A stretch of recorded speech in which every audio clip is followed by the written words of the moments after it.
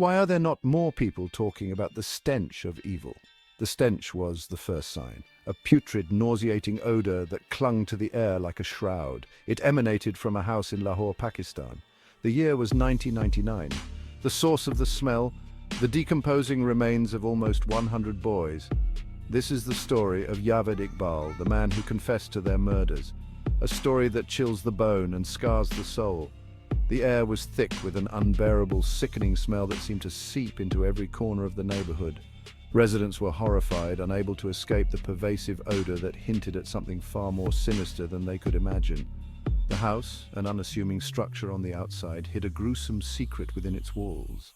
Javed Iqbal, a name that would forever be etched in infamy, had lured these innocent boys with promises of food and shelter. Once inside, they met a fate too horrifying to comprehend. The details of his confessions were as chilling as the crimes themselves, painting a picture of a man devoid of any humanity. Iqbal's actions left an indelible mark on the community, a scar that would never fully heal. The investigation that followed uncovered a series of failures and oversights, raising questions about how such atrocities could go unnoticed for so long. This tale is not just about the evil of one man, but also a stark reminder of the darkness that can lurk in the most unexpected places. The story of Javed Iqbal is a haunting chapter in the annals of crime, a testament to the depths of human depravity. Javed Iqbal was born in 1956, the sixth of a wealthy businessman's 10 children. He grew up in relative privilege in the bustling city of Lahore, Pakistan. He was described as a solitary and introverted child. He preferred the company of his toys to that of other children. Iqbal's sheltered upbringing did little to prepare him for the harsh realities of life. He struggled academically and dropped out of college. He was prone to violent outbursts and displayed a disturbing fascination with death. Some speculate that a traumatic event in his youth, perhaps involving abuse, could have planted the seeds of his psychopathy. Iqbal's descent into depravity began in the early 1990s. He lured young boys, often runaways or street children, to his home with promises of food, money, and shelter. These innocent victims, desperate for kindness, had no idea they were walking into a nightmare. Faces of the innocent. One such victim was 10-year-old Ali. He was a bright and cheerful boy, the apple of his mother's eye. He had been selling flowers on the street when Iqbal approached him, promising him a new bicycle. Ali's disappearance left a gaping hole in his family's life. His story, like that of the other victims, serves as a stark reminder of the human cost of Iqbal's horrific crimes.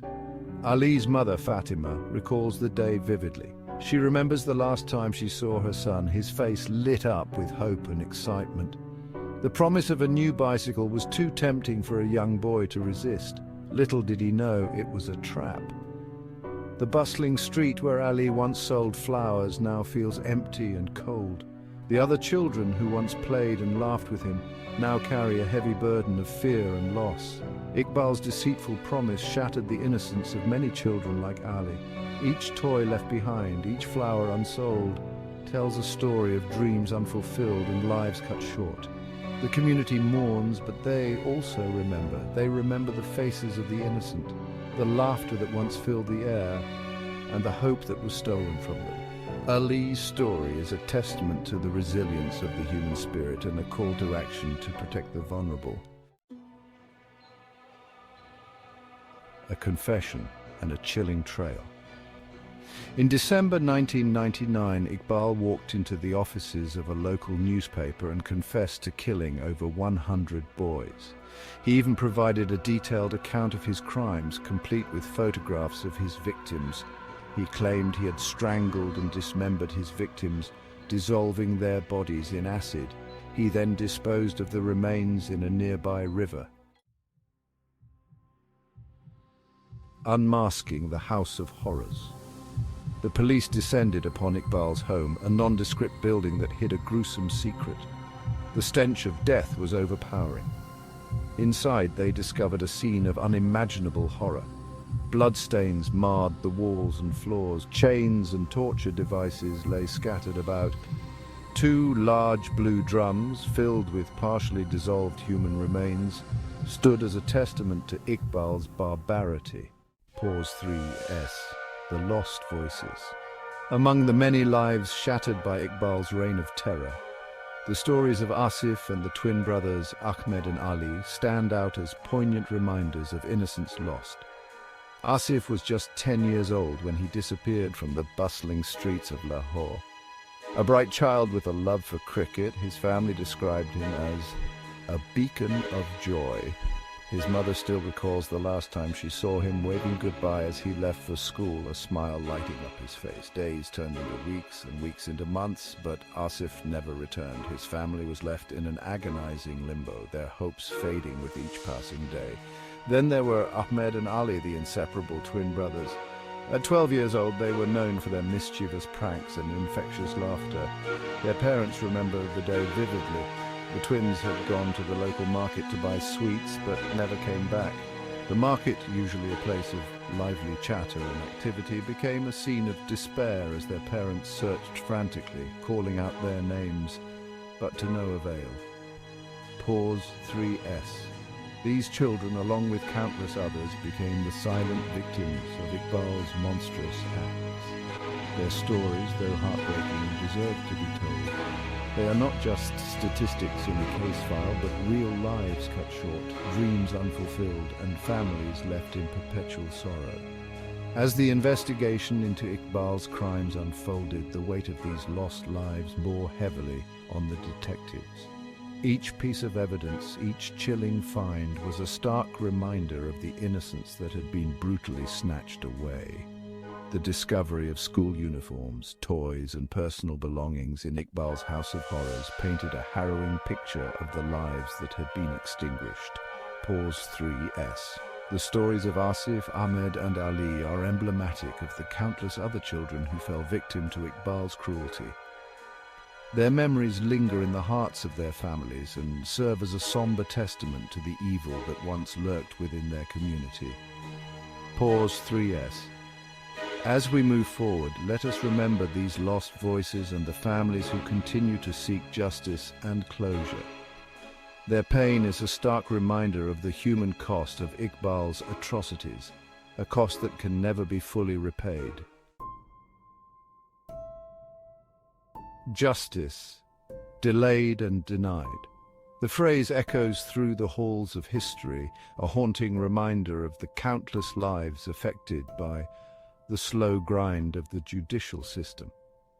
Iqbal's trial began in the year 2000, a case that would soon capture the nation's attention. The courtroom, often a place of solemnity and order, became a stage for a drama that no one could have anticipated.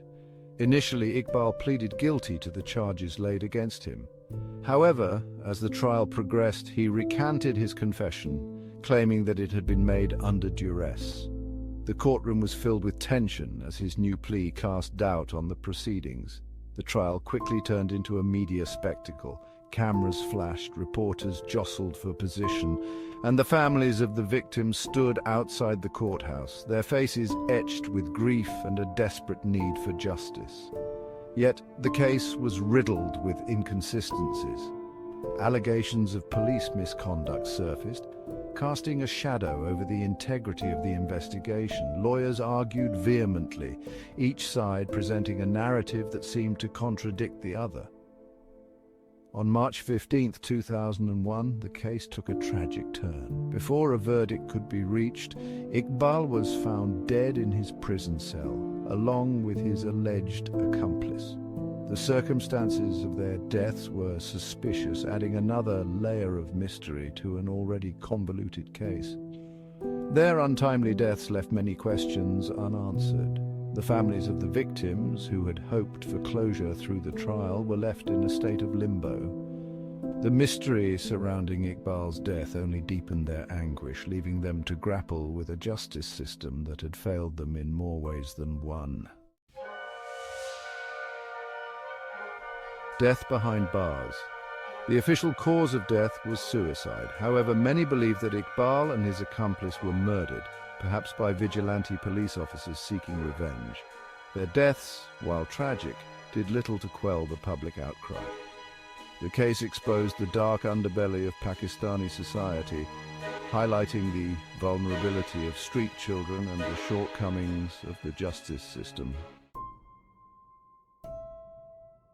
Scars on a nation's soul. The legacy of Javed Iqbal continues to haunt Pakistan. His crimes serve as a chilling reminder of the depravity that can lurk beneath the surface of society. The case sparked a national debate about child protection, police accountability, and the death penalty.